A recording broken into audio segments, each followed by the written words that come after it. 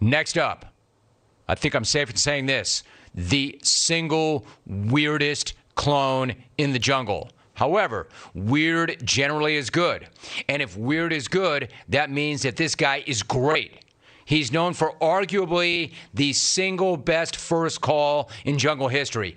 Definitely the most unique and weirdest first call in jungle history. He finished 10th in last year's main event. This is his 4th Smackoff. There is nobody like this guy. I can't wait to see what he has today because he is weird, yo. Really weird, and weird is good. Let's go to Southfield. Jeff in Southfield. Jeff, you're up. Thank you for the vine, Jim. Jim, I'm not saying Jeff in Richmond is overweight. I'm just saying Jeff can't buckle his airplane seatbelt without getting arrested for groping. Seriously, Jim, Jeff is so fat, if Jeff had written the song Under the Boardwalk, it would be titled Under the Boardwalk because it collapsed under my weight.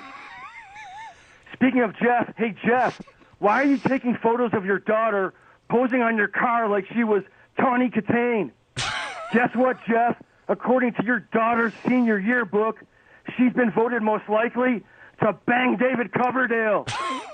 Way to be Father of the Year, Jeff. Speaking of Fathers of the Year, Jim, let me explain your new neighbors to you.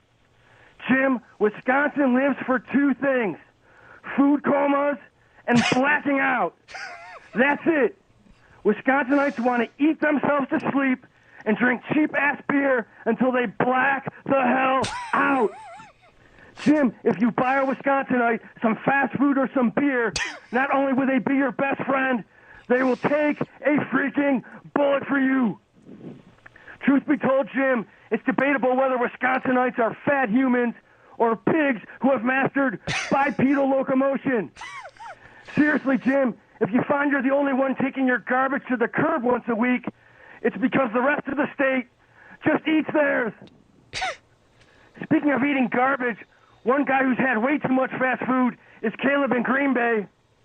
Jim, Caleb's neck fat hangs so low, when he takes his shirt off, it looks like he has a third breast. Seriously, Jim, if Caleb ever gets a girl's shirt off of her, he's going to be all confused wondering where her middle breast is.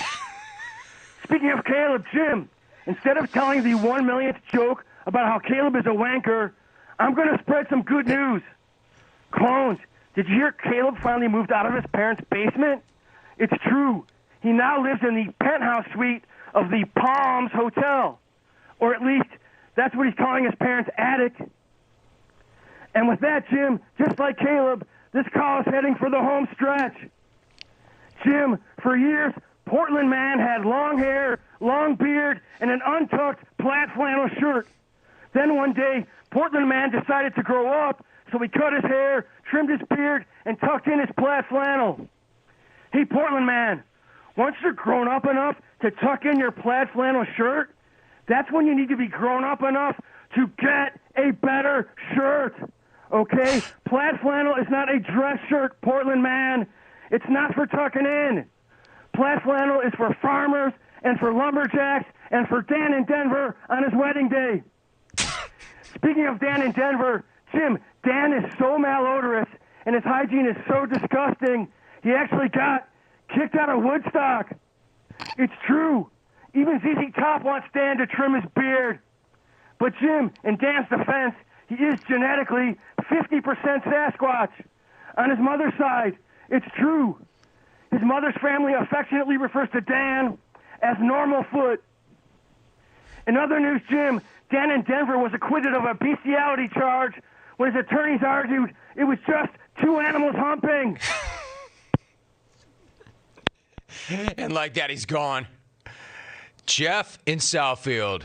Weird as hell. Weird as ever. The more things change, the more they stay exactly the same. Extremely weird.